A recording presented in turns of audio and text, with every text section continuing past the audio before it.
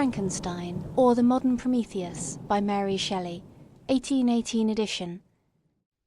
Section 1 of Frankenstein. Did I request thee, Maker, from my clay to mould me, man? Did I solicit thee from darkness to promote me? Paradise Lost, Book 10, lines 743 to 45. To William Godwin, author of Political Justice, Caleb Williams, etc., these volumes are respectfully inscribed by the author. Preface. The event on which this fiction is founded has been supposed by Dr. Darwin and some of the physiological writers of Germany as not of impossible occurrence.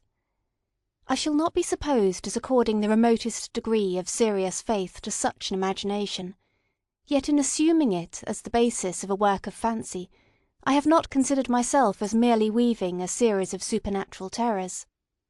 The event on which the interest of the story depends is exempt from the disadvantages of a mere tale of spectres or enchantment.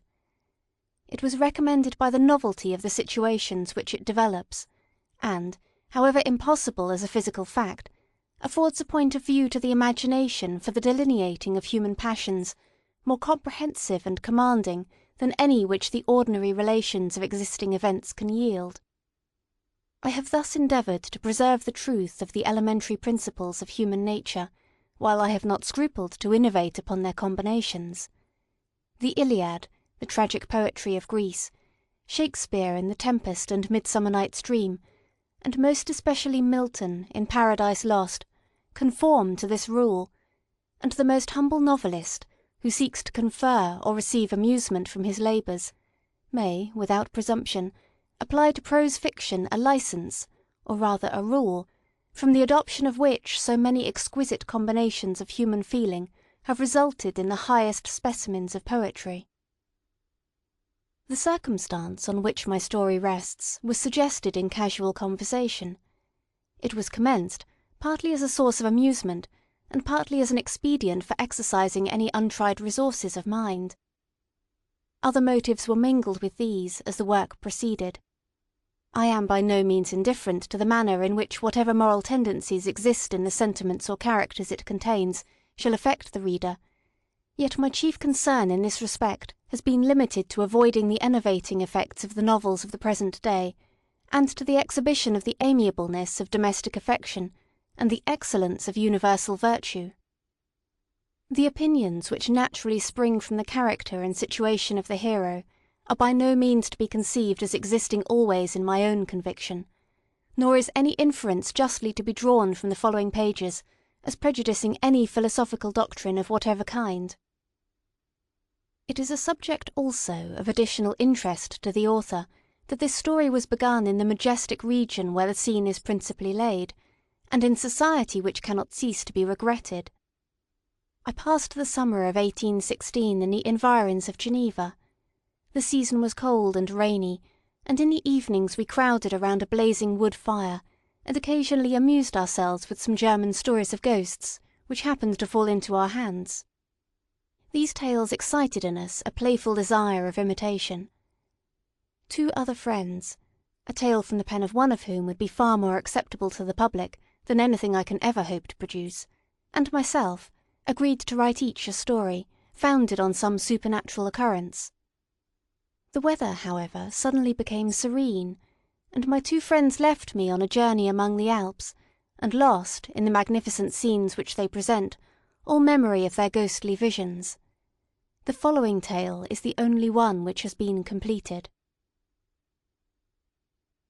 End of Section 1. Section 2 of Frankenstein by Mary Shelley. Volume 1, Letter 1, to Mrs. Saville, England. St. Petersburg, December 11th, 17 . You will rejoice to hear that no disaster has accompanied the commencement of an enterprise which you have regarded with such evil forebodings. I arrived here yesterday, and my first task is to assure my dear sister of my welfare and increasing confidence in the success of my undertaking.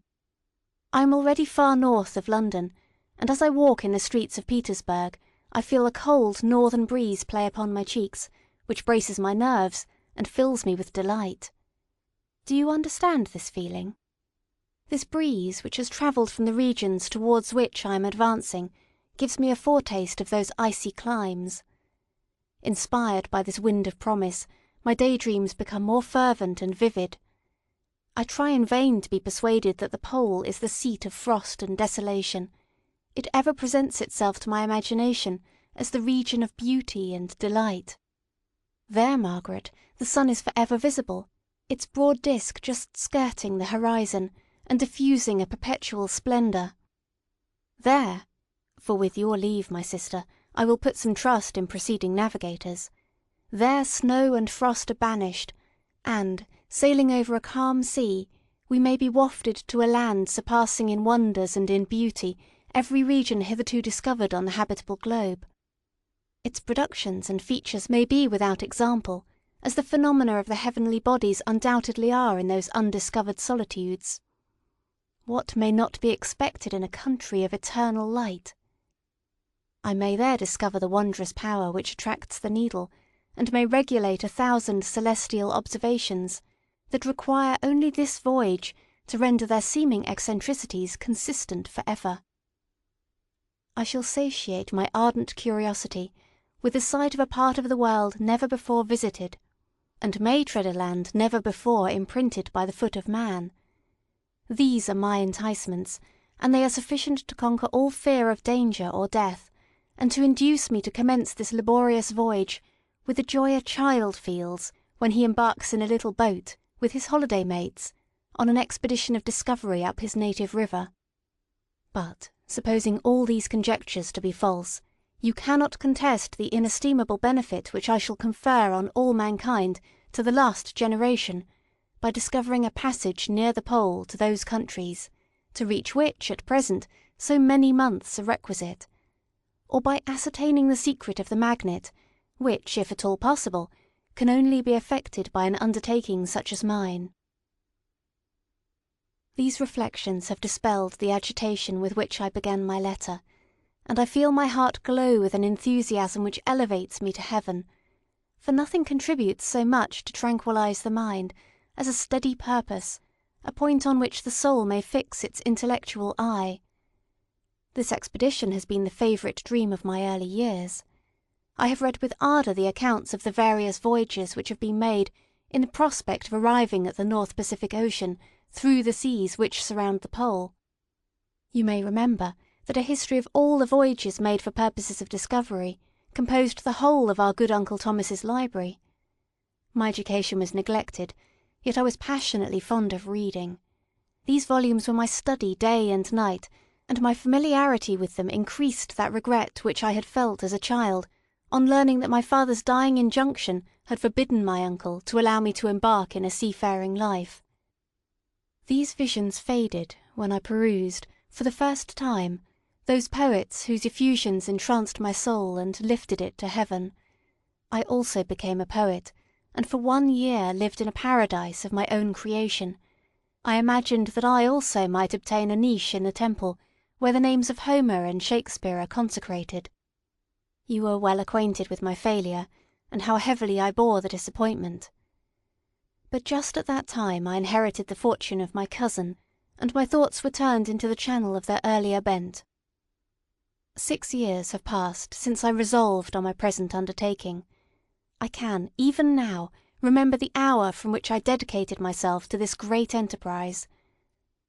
I commenced by inuring my body to hardship. I accompanied the whale fishers on several expeditions to the North Sea.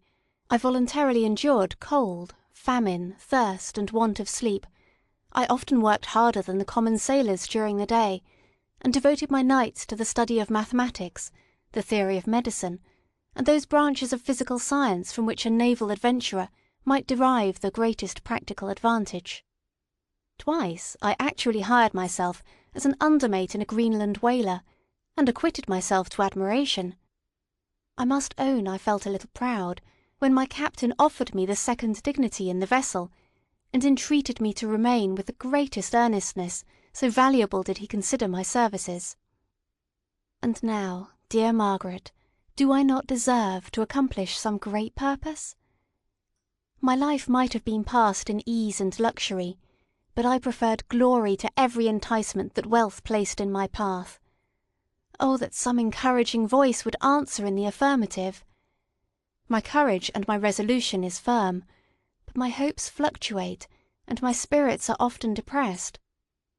I am about to proceed on a long and difficult voyage, the emergencies of which will demand all my fortitude. I am required not only to raise the spirits of others, but sometimes to sustain my own when theirs are failing. This is the most favourable period for travelling in Russia. They fly quickly over the snow in their sledges, the motion is pleasant, and in my opinion far more agreeable than that of an English stage-coach. The cold is not excessive if you are wrapped in furs, a dress which I have already adopted, for there is a great difference between walking the deck and remaining seated motionless for hours, when no exercise prevents the blood from actually freezing in your veins. I have no ambition to lose my life on the post-road between St. Petersburg and the Archangel. I shall depart for the latter town in a fortnight or 3 weeks, and my intention is to hire a ship there, which can easily be done by paying the insurance for the owner, and to engage as many sailors as I think necessary among those who are accustomed to the whale fishing. I do not intend to sail until the month of June. And when shall I return? Ah, dear sister, how can I answer this question? If I succeed, many, many months, perhaps years, will pass before you and I may meet. If I fail, you will see me again soon, or never. Farewell, my dear, excellent Margaret. Heaven shower down blessings on you, and save me, that I may again and again testify my gratitude for all your love and kindness. Your affectionate brother, R. Walton. End of section 2.